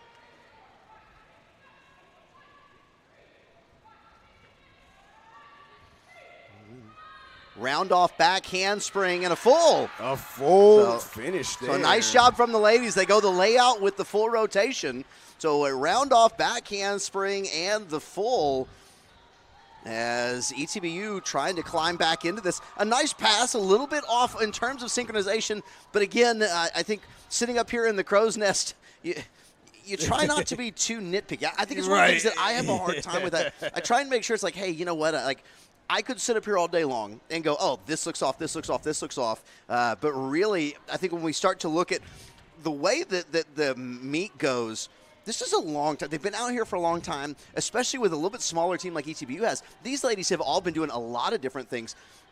I think looking at it, trying to look just at the physical conditioning that it takes to get to this point in a meet, and then, hey, let's go do a round-off backhand spring and a full. Yeah, and your body, again, you're constantly hitting the floor, so your body is really taking a beating, really, constantly. Again, like you said, that was actually a good idea that you kind of gave me a little bit earlier, maybe putting a crowd mic down on the floor just so people can kind of get a sense of what it sounds like when these athletes are hitting the mat over and over again.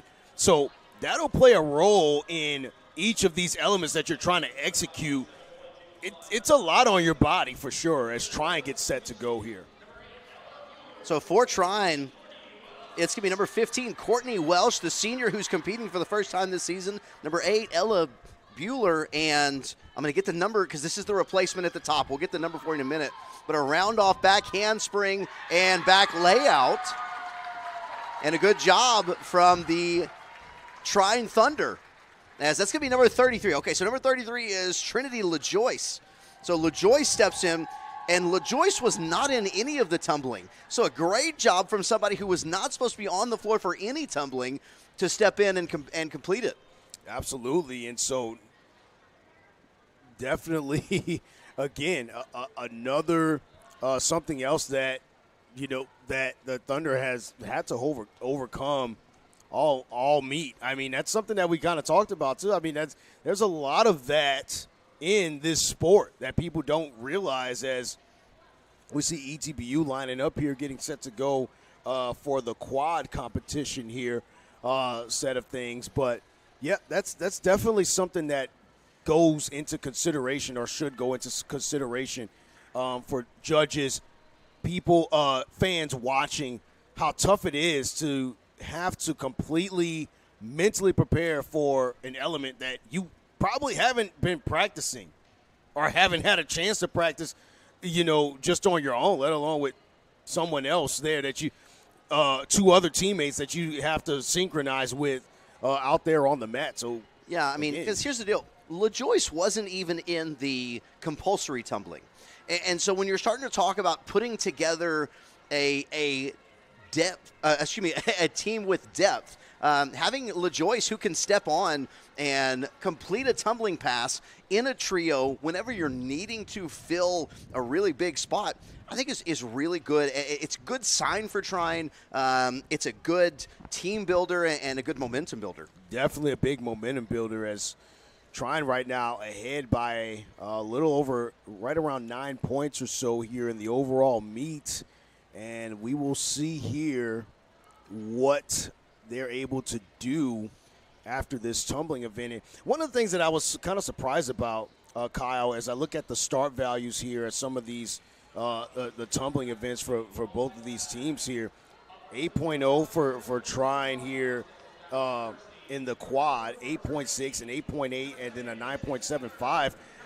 I don't know why, but I was expecting a 10 there because that's what they've kind of been doing.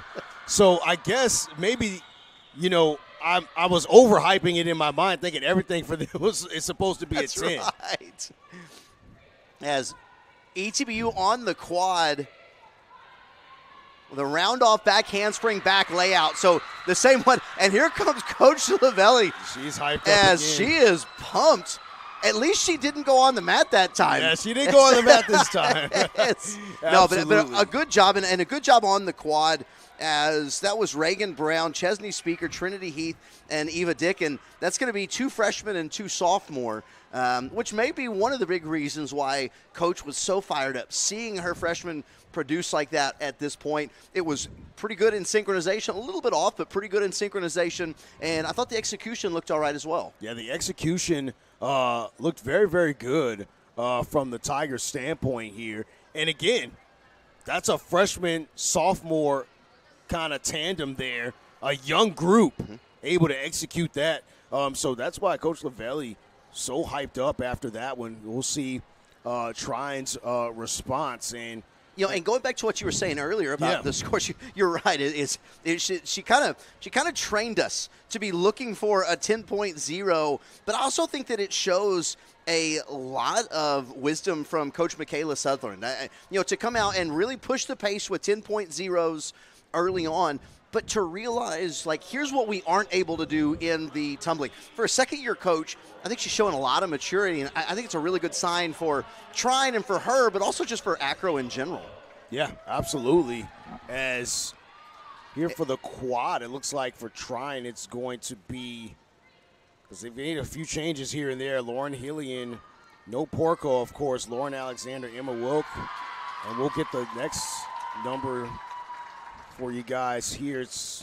I believe it's so number Lily 3. Boyd stepped in for Porco. Yeah, Lily Boyd. Yeah, and that was a really nice job, because it wasn't like she just stepped into any tumbling pass, a round off back handspring into a full. And so Lily Boyd did a great job coming into something that she hasn't been. She might have been practicing that skill, but is not practicing that skill within the group.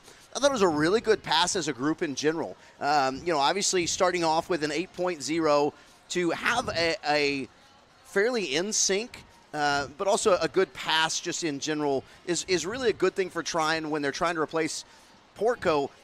Also because, and not getting overly ahead of myself, everything can happen. Should Trine advance, they're going to have to figure out how to get this done tomorrow against the number 2 seed in Concordia, Wisconsin. Yeah. And as much as everyone feels bad for Trine,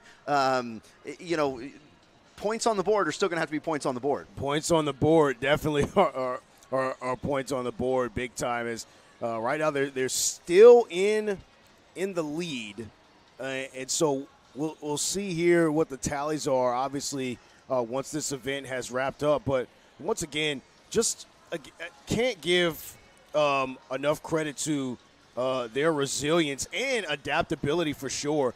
But I think the Tigers have given them a pretty good test here today, for sure. As again, we've still got a couple more events left here. You're absolutely. I think they've given them. They're really having a good meet. I think this Kennedy Colander, really talented freshman tumbler, comes on for ETBU for the aerial in an 8.35. Colander is going to start with a round off, a whip, 2 back handsprings, and a full. She tries to hang on to that front foot. A little stumble towards the end there, but otherwise really clean, good height on a couple of those tosses there. Yeah, Colander is a very powerful athlete. I think Yeah. I saw that earlier in the year as a young freshman. I saw there was a lot of potential when she came to UMHB, and you're really starting to see it begin to develop and pay off. Colander with a really nice pass on the aerial, and again, you almost get limited a little bit what you can do as a coach because you have to meet certain requirements, like in the aerial. Who can do what?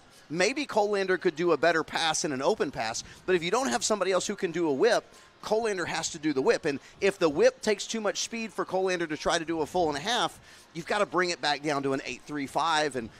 And so I think it's really interesting to see that this isn't just like, hey, you go do this, you go do this. Like, it's literally game planning. How is this going to move forward? Yeah. As Trine with a couple of scores that are going to match ETBU, and then they're going to get really big in a hurry. I'm really excited to see the open pass. Absolutely. And so, yeah, we'll see exactly what happens here is on the 6th element marked at an 8.85. And so, again, the open pass coming up here marked at a 9.75. So as Emma Wilkie is a junior. I apologize, man. I didn't hear you talking. I'm so sorry. I think I talked over you. Nah, you're good. Emma Wilkie, the junior, coming in for the aerial, running from the corner. A lot of speed. Front handspring. Front punch, 2 back handsprings. Wow, that was and so clean. A full with a big smile at the end. A tough pass and a great pass. A tough pass, and that was, I got to tell you, that was clean on the finish.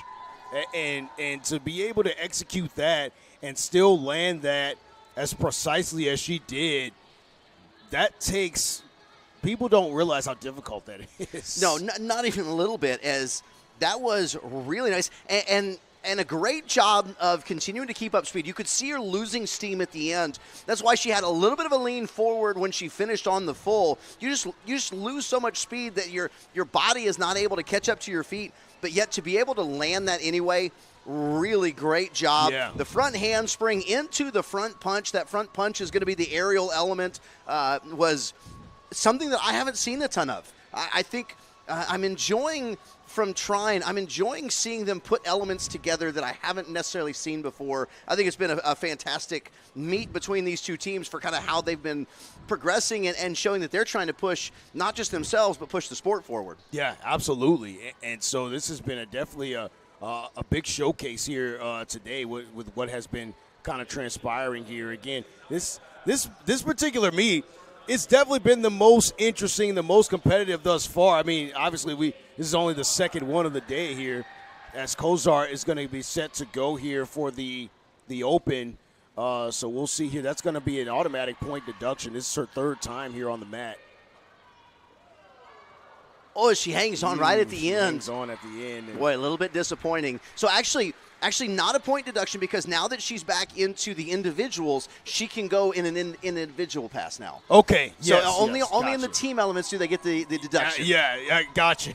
Absolutely. Hey, we're all learning together, my man. Yeah, I was going to say. In the booth, online, everybody. So. Yeah, absolutely. But a good pass there is, unfortunately, Kozar, you saw she was a little bit disappointed in the finish. I think really wanted to stick that, as I'm sure she did and has many times. Yeah. But it is, you saw how far back she was starting. Had to get a lot of momentum coming in. And I think just probably kept more speed than I think she thought she was going to. Then she hits hard on the heels, over-rotates a little bit and rocks back at the end. Going to be a little bit of a deduction, but honestly, that extra step at the end is not going to be so much of a deduction that it's just going to blow up your whole pass. Right. I thought it was a good pass in general. Yeah, good pass overall. Obviously, not the landing that she wanted, but I mean, it is definitely something that isn't going to really, make or break you per se.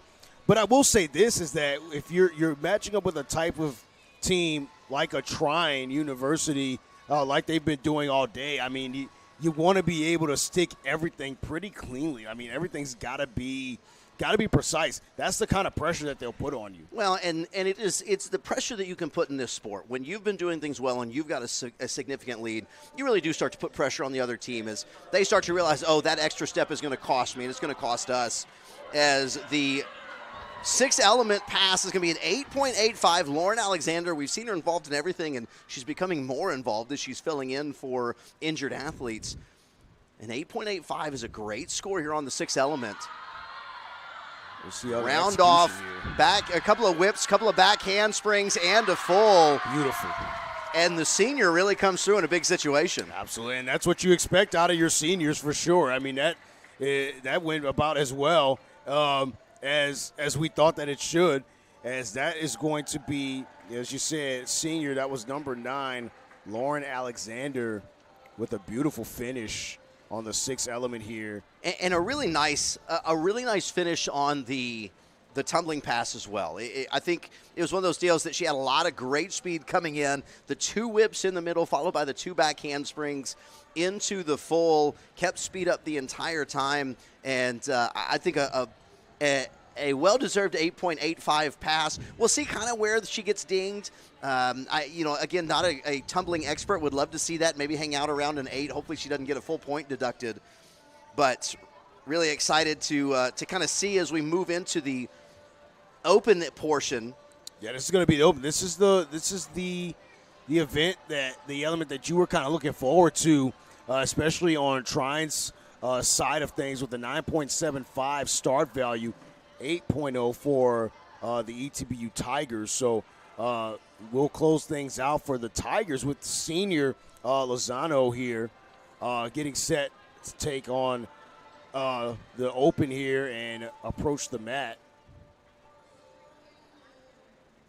So we've seen Lozano a couple of times already in some of the team tumbling events, and now going to head out into the open, an 8.0 as she's going to take a fairly short run up. So I wonder if this is going to be a fairly short pass with maybe just a couple of elements and try and finish with a big finish as she's going to step onto the mat. And yeah, so she typically may not, you see a longer run in from the open passes. Yeah. As she's going to go with a round off right into a full. So that's kind of what I was thinking, is maybe just a couple of elements, round off into a full, and then she blows a kiss at her team at the end. Maybe a little bit under-rotated right there at the end on the full. But Lozano does a good job in that open pass, trying to really combine a short, powerful run into basically a heat where you're allowed to do whatever you want. Right. So a nice job from Lozano, and we're kind of waiting on the answer here from Trine. We're probably going to get our first full and a half on the day, I think it'll be our second full and a half on the day, as Lauren Hillen is set up and waiting for her pass. Yeah, she's getting set to go here, and we will see how she's able to respond there. So in this type of situation, the question is, if you are the head coach on either one of these sidelines, how do you approach the open? Are you trying to stick with keeping it simple, making it more complicated to perhaps gain some more style points? I don't know if that's such a thing in the judges' minds, but another short run up for the open, couple of back handsprings, a full into a front somersault. It's just she's not sure where to run off and celebrate with her team. Yeah. So as a little bit interesting there, I'm wondering if on the finish after the full and a half, if she was trying to stick and she just got more spring off the mat, or if she was going to try and go with a front tuck and just maybe hit a little funky and didn't have the explosion.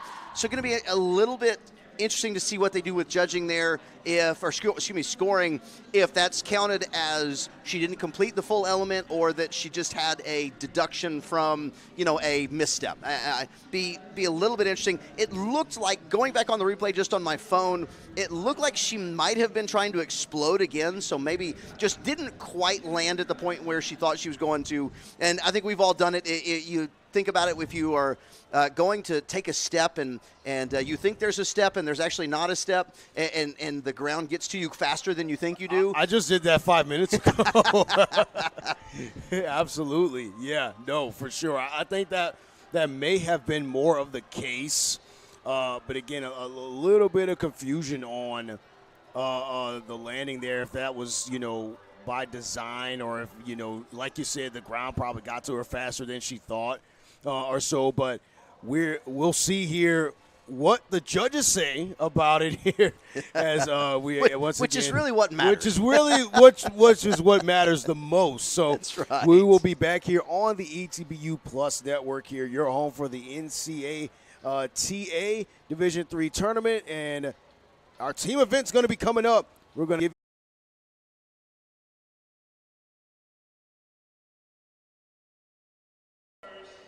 We're back here on the ETBU Plus Network, and your scores right now: the Tigers in the tumbling event, the duo event 7.15, Trine a 5.95, so the advantage there to the Tigers.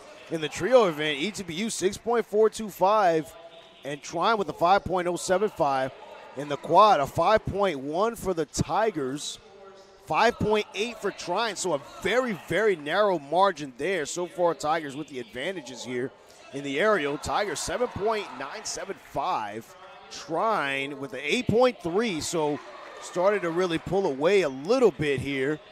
And in the sixth element, Tigers with a 7.375. Trine with an 8.375, so at a full point ahead in that. 7.8 for the Tigers in the open. And Trine with a 7.6. So pretty close here. 41.825 in the tumbling for ETBU. Trine with a 41.15. So the first time that they've fallen behind, but barely. 139.575 for the Tigers total. 148.0. So an 8.5 point lead for Trine right now. We're heading into the team event, which is going to be very interesting here. And looking at the start value for East Texas Baptist University, the Tigers.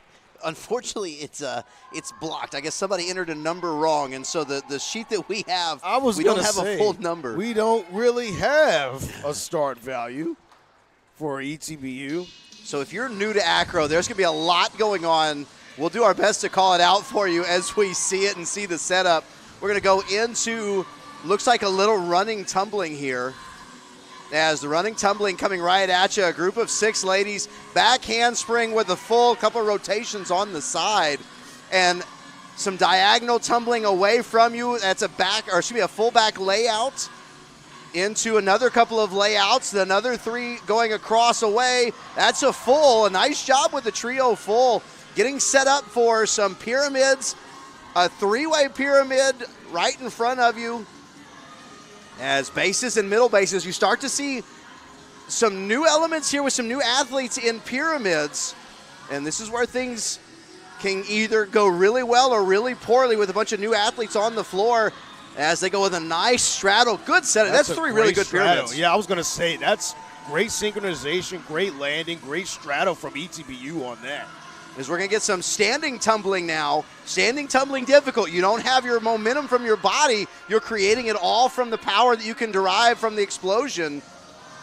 And I learned that in this particular event, this is a lot of the kind of cloak and dagger from the standpoint of there's going to be a couple of things that kind of go missed by the judges because there's so much happening, but you kind of take that risk as a coach, hoping that, you know, if there's a misstep in a certain element or so, that's right, that the judges aren't looking.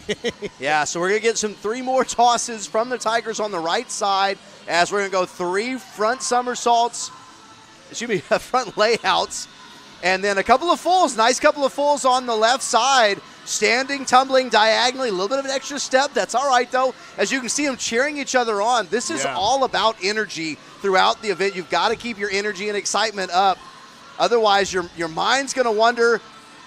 4 really good push presses, struggled on the left side, but maintained at least the fact that she was in the air. Yeah, able to maintain for sure. As the Acros, we had 1 drop, and I'm not sure if they were supposed to. I don't know if there's enough ladies there.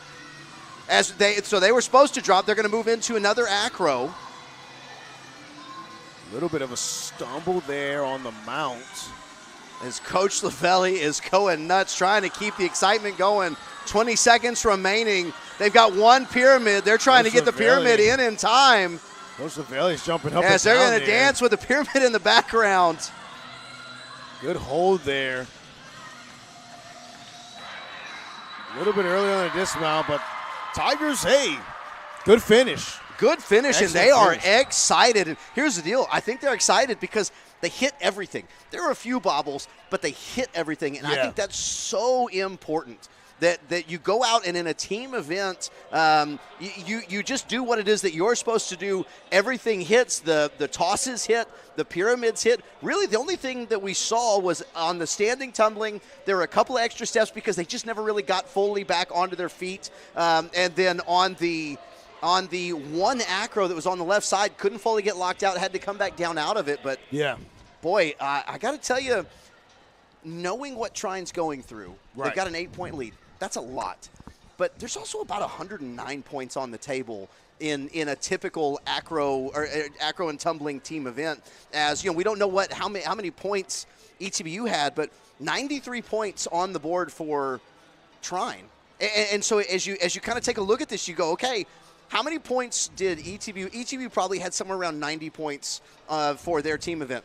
Yeah. Let's say they score a 78. They get 12 points taken off if they had a 90. Maybe they had higher. I don't know. But let's say they score a 78. Well, here's the deal. Trine had to make a ton of adjustments. If Trine scores a 70, this goes down to a dead heat. And here's the deal. We talked about this a little bit today, but the team event is where it really gets big. If you have a drop, if you have a fall, how's it going to go? Because you don't have time to go talk to your coach. How's it going to go? Because you've got 2 minutes and 45 seconds to get all this in. Let's say you have a drop on a pyramid, and then you've got to go do a toss immediately after that.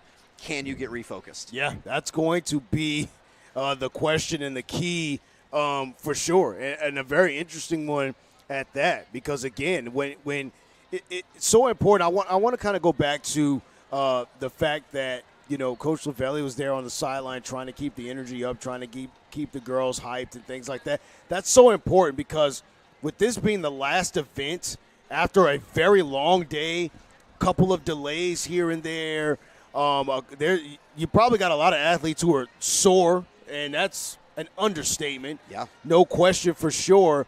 But it's important in order to finish strong, you have to be able to have that energy up and intact for sure. And that's something that can kind of go either unnoticed or kind of go a little bit under the radar, so to speak. But I think the Tigers had really good energy on that, and they finished strong. Yeah. Like you said, it's important to be able to hit everything, not be able to be rushed and try to, go up against the clock and just to try to, rush to complete everything and have that kind of sitting in the back of your mind. But they hit everything, and Coach Lavelli, the rest of the ETBU Tigers there on the sideline, they've got to be happy with what they were able to accomplish there on the mat. Well, and, it's 2 minutes and 45 seconds of intense work. And you think about it. Very intense. Maybe, I don't know, what's the easiest thing that you saw happen out there? A standing back tuck, which is not – I'm not saying it's easy, by the way. But, in terms of physical exertion, is that otherwise they're picking people up. They're doing running, tumbling. You're throwing someone in the air. You're a middle base, standing on legs, holding someone – it's 2 minutes and 45 seconds of continuous anaerobic workout. And so you're losing your oxygen. As you're losing your oxygen, if you start to lose your excitement and you're going to lose those fine motor skills the more tired you get. Fine motor skills kind of important in acro and tumbling. Very. and so it is. I think it's one of those things that when you watch. So let's say if you ever turn on a Division I meet, let's go. If you watch the national championship this year, you're probably going to see Baylor versus Oregon more than likely. Baylor and Oregon are going to have an army of girls in each sideline. And so you're going to have your 24 on the floor. You're also going to have about 24 on the side screaming their heads off. What you just saw was every athlete that ETBU has on the floor and Coach Lavelli screaming her head off because she's the only person left to encourage them and keep their attitude up. If anybody who's ever been in a weight room before knows, is maybe not for the most trained athletes, but most people in a weight room, if you are trying to do a heavy squat and you've got 5 of your buddies yelling at you, you're going to be able to do more. It's absolutely. It's science, Absolutely. Definitely getting psyched up for sure. As Trine takes to the mat, we'll see how they respond here in the team event with a start value for them sitting at 93.25. So we're going to start off as we're going to have, looks like some running, tumbling going from each side and then coming on the left side. They're going to step up and we're going to have a pyramid on the back, remembering that they are missing one of their main athletes. There's that really great open pyramid that we saw. Let's bring it out again. Why not? Standing, tumbling, good-looking stand, and great synchronization. I was going to say great timing and synchronization there.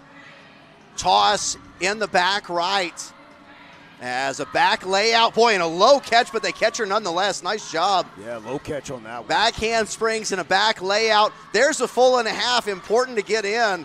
There's your fulls, another couple of back layouts. Trine's looking really good to start this off. They're looking excellent right now. So we're struggling to get in the mount right here in the middle.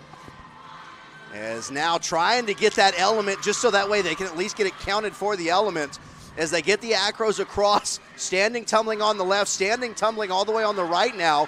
Couple of back handsprings. More back handspring, back tuck into a toss. Boy, and there's a full. Yep. Just avoided that front base, just avoided getting kicked in the chest. Good job getting out of the way at the last second. Cross tumbling with a full back tuck, layouts, and 2 fulls. We've still got 1:20 left. It feels like there's already been a lot going on. I was going to say, there's been a ton trying to keep track here. But they build this pyramid here. Good mount into there. the pyramids. Take a look on the far left. It's where we have the replacement. Your middle base is new, and a really nice job. She is solid to be able to bring in a senior and get that job done. Excellent job on the middle base, and good timing and synchronization on the pyramids too. Standing tumbling with the back tuck. 50 seconds remaining. Oh, boys, and that's what we see is they're going to get into this toss. They actually had an athlete go to the wrong group. But the back tuck works out well, a nice adjustment as they're going to move around once again. And you see all of the crossing. Nobody's just staying with the same person. Into the acros. They're going to mount from in front, struggling on the left, trying to get this figured out. As nice extension on the push press. They're just going to get into position. They're going to, drop off. Just be careful. Good drop off there, yeah. Quick one. So a little bit shaky here as we come down to the final seconds. So the Thunder with the finish. And so really, yeah, I think, only about 2 bobbles that really happened. Obviously the one right there at the end. There was the one in the middle in the acros where they were trying to get the mount. Couldn't quite get that. And I think in the end it's not going to hurt them too much. I don't think it's going to hurt them too much. Again, just solid all the way around. Yeah, absolutely. I mean, a little bit of a tough finish towards the end, but with the start value of 93.25 there for Trine. I mean, they can afford here to I want to say they can to give up a point or two here. But again, this has been such a precise competition between these two teams that the margin of error, I think, is slim. Yeah, absolutely. Very slim. So it's going to be interesting to see how the judges score this one. I really want to see what it is that they were particularly looking for here. As wish we had the start value for ETBU. It was blocked on us, so we weren't allowed to see it. That's right. We have it on paper, but it's literally, it says hashtag blocked at the top. Hashtag blocked. It comes out. It comes off of an Excel spreadsheet, and it just got printed out. So I guess somebody might have put a hashtag in there or something. Who knows? Wow. But taking a look at this, so Trine comes into the team event with a 148. Their high for the season is 219, and that was against Adrian back on March 22nd, so not that long ago. So we talk about it, trying to ramp up as you get into playoff time, championship time, and really a 219, if they have 93 points and they already had a 148, they've got a lot of room to give before they possibly score their season high, which is what you want to have going on. And with all of the things that they have gone through in this meet, to have a season high would be really huge right now. But ETBU is not too far off. I mean, ETBU, 219 as their high as well, 140 rounded up, so 139.575. And again, don't know how much they had, probably kind of hanging out in that 95, 97 range. We may have two teams that both get their season highs in this event, and just kind of disappointing. I say disappointing. It's the way the sport works that two teams might both get their season highs and only one of them advances. Yeah, that's going to be critical. So we'll see here what ends up going down. But yeah, ETB Tigers fought very hard. The Thunder for Trine University again. I mean, just very precise on a lot of things. Definitely. See why they're here and why they're the third seed. Again, it's going to be very, very interesting how the scores kind of all play out. But yeah, you could very realistically get both teams scoring their season highs, and only one, like you said, absolutely goes on. Absolutely, and so let me say this on a we'll call it adjacent note. So Trine is the Thunder, but they also have a white tiger that's usually holding a lightning bolt or something like that. Yeah. So here's the deal. Trine falls, in my mind at least, very much into the Alabama and Auburn discussion of, you got Alabama as the Crimson Tide, but what does everybody think their mascot is? It's a big old elephant, It's a right? big elephant. Absolutely. Now, here's the deal. What is, like Auburn is the Tigers, but why is it that I have heard War Eagle so often when it comes to Auburn? I was going to say, I don't even realize that Auburn sometimes I forget that they even are the Tigers. Their mascot is a tiger. That's and right. I hear so many other things as well. So very, very interesting. So yeah. Trine with the white tiger, and so let me say this. For anybody who's listening, I know I've said so many wrong things this weekend. Do me a favor. If you're listening, I'm on Instagram at Kyle Ship. I'm on X or Twitter or whatever we're calling it. Whatever we're calling it now. It's going to be something Kyle else. C. Ship. So just the letter C, at Kyle C. Ship. If you know why they're the Thunder, but they have a white tiger, usually there's a story to this. If you know why they have a white tiger that shows up as their mascot, would you let me know? I'm dying of curiosity. Yeah, I'm wondering the same thing, and I always wondered why. Even more so, Alabama's mascot's a big elephant, and they're, yeah. That's right. It's Crimson, so Roll Tide. So I don't know. I guess it kept them from making their mascot just a big old hillbilly or something like that with the Roll Tide references. Like those are the only kinds of people that always ever hear saying Roll Tide 24/7 anyway. So, I guess, you know what? Let's just make it an elephant. Okay, I got to ask you. So where are your collegiate roots then? Because you say LSU. Oh no. Well, there we go. So that's where it is. Okay, that makes more sense. I'm from New Orleans, born and raised. I knew there was going to be something behind that. Absolutely. Oh my goodness. Absolutely. So, but that's a good question though. I was kind of wondering the same thing. I wasn't sure, and so I used to teach at a high school, and they are the Chargers. So for a while, their logo was the big lightning bolt, and so the god of thunder, Thor, is their mascot. Oh, okay. So that makes sense. But maybe there's some history behind. There may be. So a funny note here on the floor. I know you guys can't see it, but so they were changing from one song to the next. So each team thought that they were announcing the score, and so both teams got into a huddle. They were holding hands because that's what they do in these close leads. This is true. And then they started the next song, and everybody started laughing. So as it does, and part of it does take a little bit it takes a little time with the judging. You talked about it. It's 2 minutes and 45 seconds of just constant movement. And you're right, with 3 judges, things get missed. With 5, you're able to split the mat even more. And so I think probably not as much gets missed, but it does take a long time to judge because, speaking of, here it comes. So I'll let you announce this, my friend. I was just getting ready to say, here we go. And here are the team event totals here. ETBU 69.08. So with a star value of 91.78, I was just getting ready to say, I think their star value for the season is around 91. 69.06 for Trine. So let's see. It's even on the team event. Tigers finished with a 208.655. So not a season high. 217.110. So the Thunder of Trine will advance to match up tomorrow. They'll be matching up, we believe, with Concordia. And so, wow. But what an event. What an event. Yeah, so neither team, we were talking about the possibility that both teams actually set a season high. Neither team sets a season high, but it's still a great meet. 217 versus 208, and came down. I mean, really it came down to the team event, as neither team actually made up or lost any ground. They both basically scored the exact same.